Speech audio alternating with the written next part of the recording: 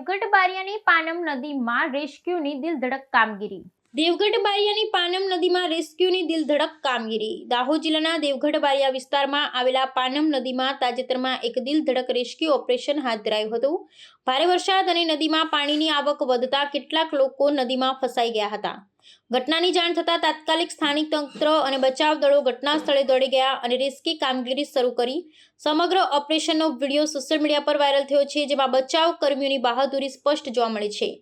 Rescue ટીમે જીવના જોખમે નદીમાં ઉતરી ફસાયેલા લોકોને સુરક્ષિત બહાર કાઢ્યા હતા. ભારે પ્રવાહ અને ઊંડા પાણી વચ્ચે બચાવ કાર્ય કરવું ખૂબ જ પડકારજનક હતું, છતાં ટીમે ઝડપ અને કુશળતાથી તમામ લોકોને બચાવી લીધા. સ્થાનિક લોકો અને તંત્રના સહયોગથી ઓપરેશન સફળતાપૂર્વક પૂર્ણ થયું. આ ઘટનાએ ફરી એકવાર પ્રાકૃતિક આપત્તિ સમયે તંત્ર અને બચાવ દળોની તૈયારી અને સમર્પણને ઉજાગર કર્યું છે. પાનમ નદીના કિનારે રહેતા લોકો માટે પણ આ ઘટના ચેતવણીરૂપ બની છે. વરસાદી મોસમમાં નદી નાળા નજીક જવું જોખમી બની શકે છે. તંત્રએ પણ લોકોને સલામતી અંગે જાગૃત રહેવા અપીલ કરી છે.